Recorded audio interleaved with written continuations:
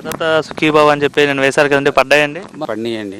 డబ్బులు మటుకు ఎంబడే పడిపోయినాయి. చాలా హ్యాపీగా ఉన్నాం ఆ డబ్బుల విషయంలో మటుకి. అంతకుముందు గత ప్రభుత్వం అయితే డబ్బులు నెలలు ఎదురు చూసాం.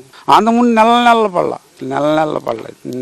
సంక్రాంతి పండగ అంటే కూడా తెలియలేదు అసలు. ఓ సంవత్సరం అయితే డబ్బులు లేక జగన్ వచ్చేస్తాడంట వచ్చే ఎన్నికల్లో. ఇంకాడా మమ్మల్ని చంపడానికి లేదు అది బాగా చూసుకుంటాడంట, డబ్బులు వేస్తాడంట బాగా. చేస్తాడు, ఇప్పుడే చేశాడు. ఇంకా ఉండే ఇప్పుడు దాకా ఉండాడితే అయిపోయేవాళ్ళం మేము.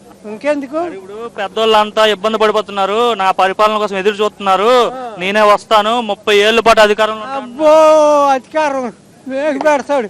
అసలు ఏం చేయట్లేదు. దేవుడయ్యా నాయన బాబా, జగనే దేవుడు అంట. దేవుడు ఆయన తీసాయి, ఈయనే దేవుడు.